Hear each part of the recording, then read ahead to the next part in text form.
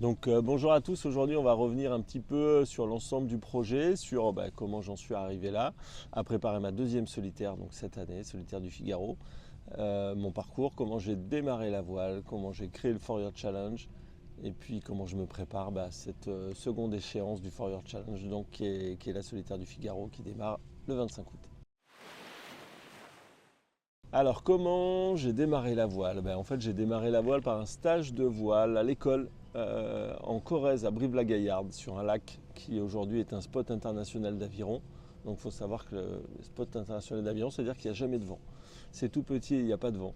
Mais j'ai démarré malgré tout comme ça et avec un bon entraîneur qui nous a mis à la compétition très jeune, dès à peu près 9 ans.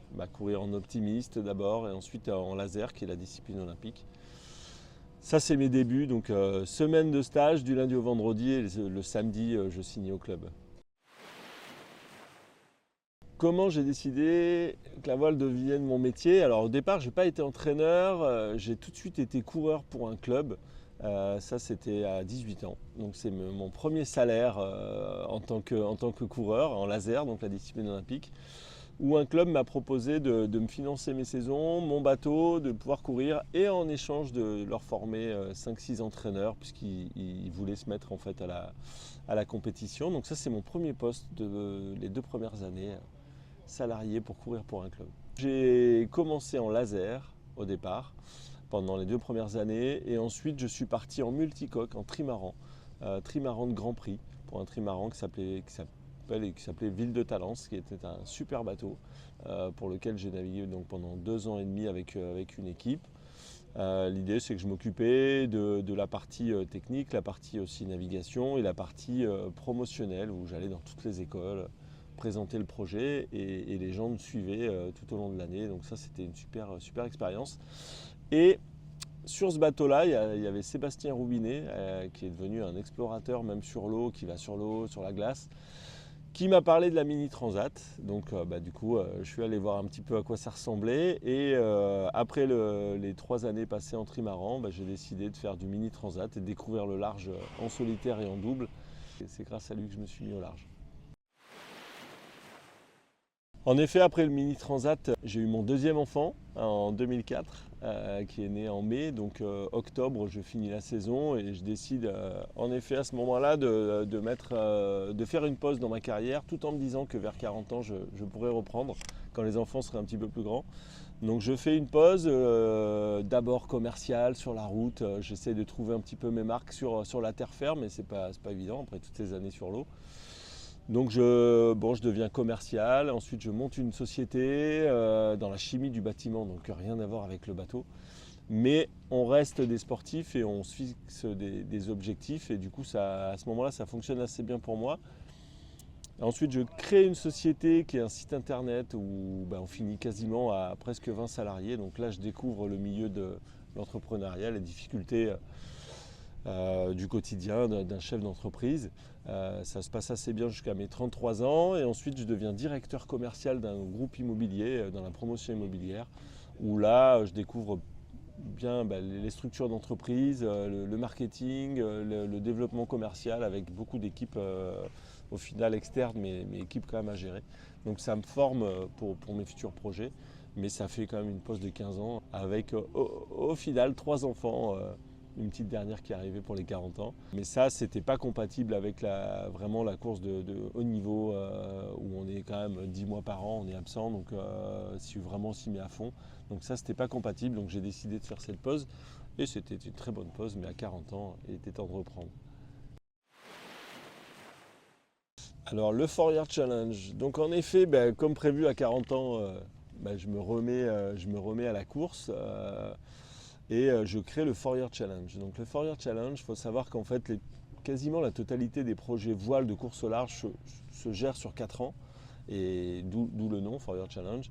Et l'idée, c'était de revenir déjà au plus haut niveau rapidement. Donc là, il n'y a qu'une seule classe, hein, c'est le Figaro. Pour vraiment faire monter son niveau et aller dans le dur, j'ai décidé d'aller en Figaro pour 2 saisons. Donc j'ai déjà fait en effet la solitaire l'année dernière, je la refais cette année. Et le For Your Challenge, c'était faire les 3 courses hors Vendée Globe, les plus légendaires en France, la Solitaire du Figaro, la Transat Jacques Vabre et pour finir la Route du Rhum qui est en 2026. Donc l'année dernière on a fait la Solitaire, cette année on refait la Solitaire, l'année prochaine on compte bien faire la Transat Jacques Vabre, on est en négociation pour trouver des solutions pour un nouveau bateau, et 2026 la Route du Rhum, si tout se passe bien. Alors la classe Figaro, déjà c'est la seule monotypie par rapport aux autres classes. Donc on a tous les mêmes bateaux et c'est ce qui m'a attiré dans cette classe. Déjà les budgets sont du coup bien maîtrisés puisqu'on a tous les mêmes bateaux, donc c'est pas la course à l'armement. Et surtout, en fait c'est un peu un endroit où plein de sportifs de plein d'horizons différents, dans la voile bien sûr, mais souvent quand même des champions hein, qui sont soit champions mondiaux, européens, français, se rejoignent dans la même classe. Pour faire de la course au large en solitaire, en monotypie. Donc on se retrouve avec souvent des jeunes, 25-35 ans, soit qui sortent du milieu olympique, soit d'autres classes. Donc ils ont entre 25 et 35. Moi j'en ai 43, c'est pour ça que je souffre un peu des fois quand les conditions sont rudes et qu'il faut dormir. Mais cette classe-là, c'est ça, c'est vraiment l'excellence, c'est le détail. Et c'est pour ça que moi c'était un retour logique d'arriver dans cette classe, de ne pas passer ma vie à bricoler sur les bateaux, mais plutôt de passer ma vie à être confronté au plus haut niveau pour pouvoir remonter en fait à un niveau convenable pour pouvoir faire ce genre de course. Et surtout c'est une classe qui est bien représentée dans les pôles d'entraînement. Donc nous on est une dizaine à La Rochelle, mais il y a Lorient, Port-la-Forêt, et ça c'est vraiment agréable de pouvoir m'entraîner avec d'autres coureurs sur le même support. La première solitaire, c'est une grande aventure.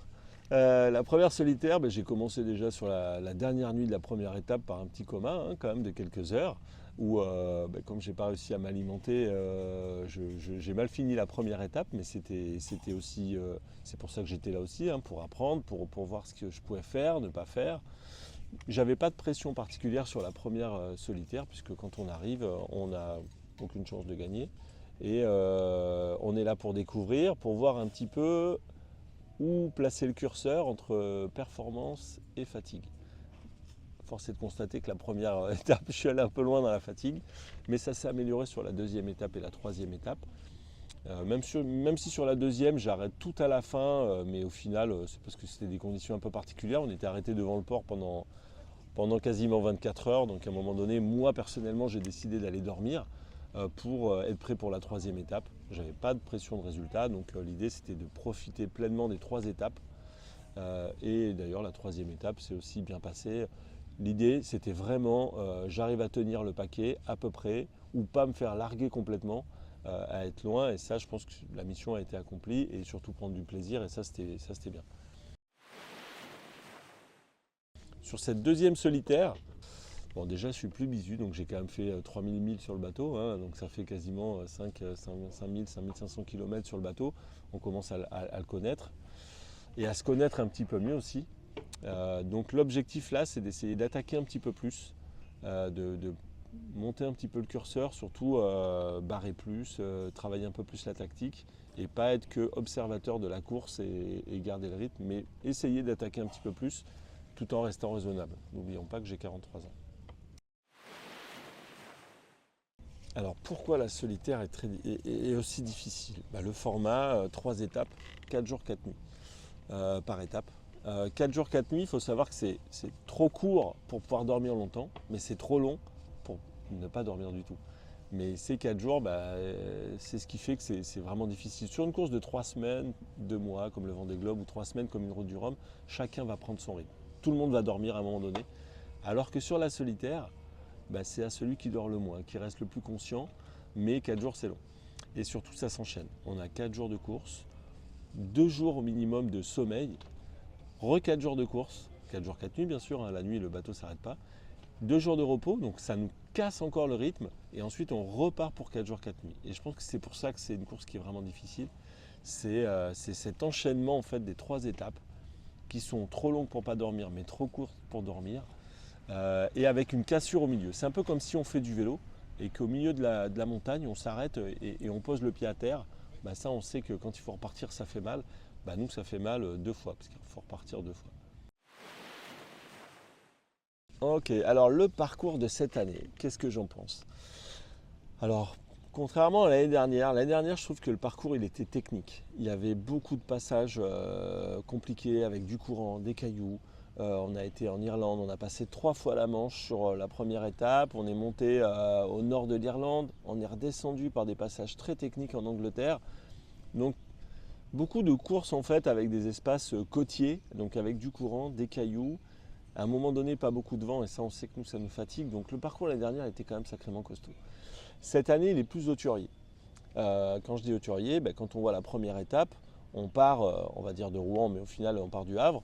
On va direct en tournant un phare en fait en Angleterre et on descend tout droit direction Riron en Espagne. Et ça, là, c'est une grande ligne droite, mais très hauturière, donc plus au large. Donc on va avoir des longs bords, on va avoir un bord qui va quasiment durer 48 heures. Donc là, c'est une autre formule. Il n'y a pas de courant, il n'y a pas de cailloux. Et c'est garder vraiment la vitesse. Donc là, très hauturier, très, très large. La deuxième étape, au final, c'est un petit peu pareil. On part de Riron, on va juste passer la bouée Cap Finistère et ensuite on retraverse le golfe de Gascogne avec encore une étape très hauturière. Donc où on est au large, où là, il faut garder sa vitesse, bien dormir, garder sa vitesse et être régulier avec une stratégie de large. Mais pas de, au final, moins de passages techniques que sur ma première solitaire.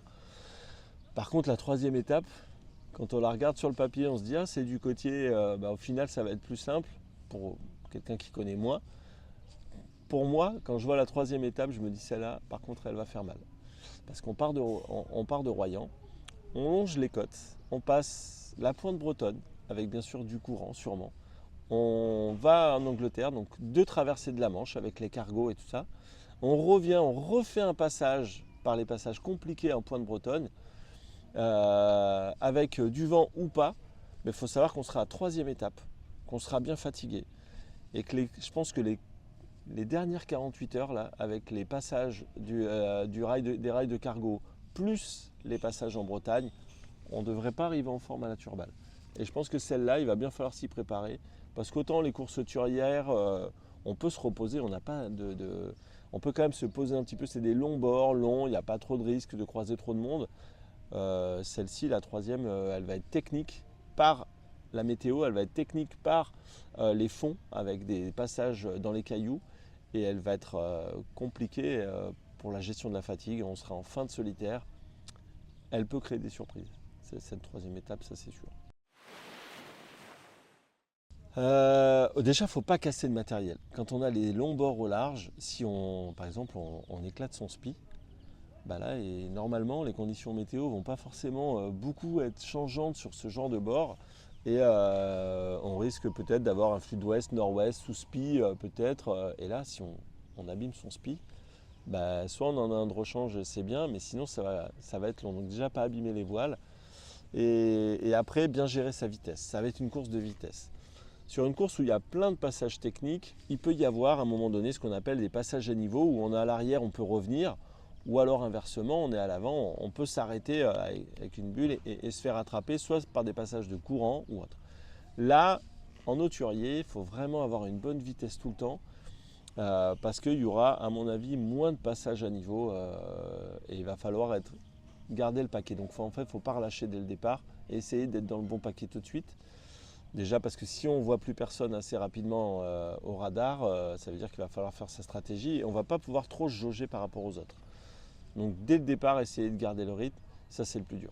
Parce que si on est à fond pendant 48 heures, ça veut dire qu'on va craquer pendant 48 heures et ça va être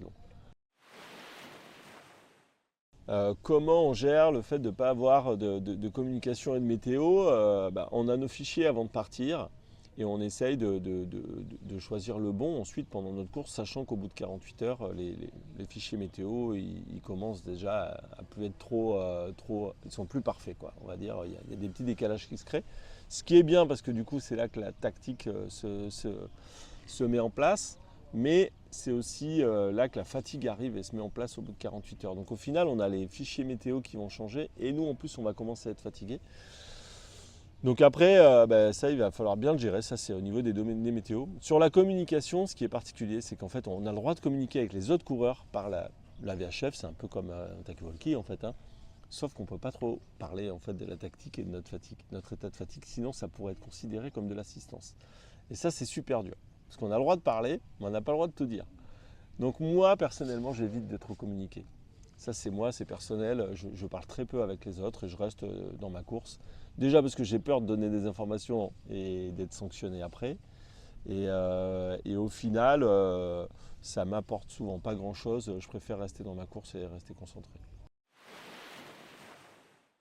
Alors derrière moi, pendant la solitaire, on a en fait chaque coureur a sa petite équipe qui suit derrière. Elles sont plus ou moins grosses ces équipes, mais en tout cas moi j'ai toi, Clémence, qui s'occupe de toute la communication et du suivi de la course pour tous ceux qui suivent sur les réseaux, pour la famille, pour les amis, donner des informations au jour le jour pendant la course. J'ai Malo, qui est Malo Wesley, qui est coureur au pôle à La Rochelle et qui est aussi mon préparateur. Donc là, l'idée, c'est d'avoir quelqu'un qui, moi, quand j'arrive d'une étape, il s'occupe du bateau, il range le bateau, il le remet en état, il répare ce qu'il y a à réparer, il me le met en configuration course parfaite, pendant que moi, je serai en train de récupérer et de dormir. Donc ça, c'est vraiment ultra important, c'est un poste qui est vraiment bien, très important. Et nous, moi, je suis content parce qu'on a un coureur, donc il comprend mes problématiques et il sait ce que je recherche.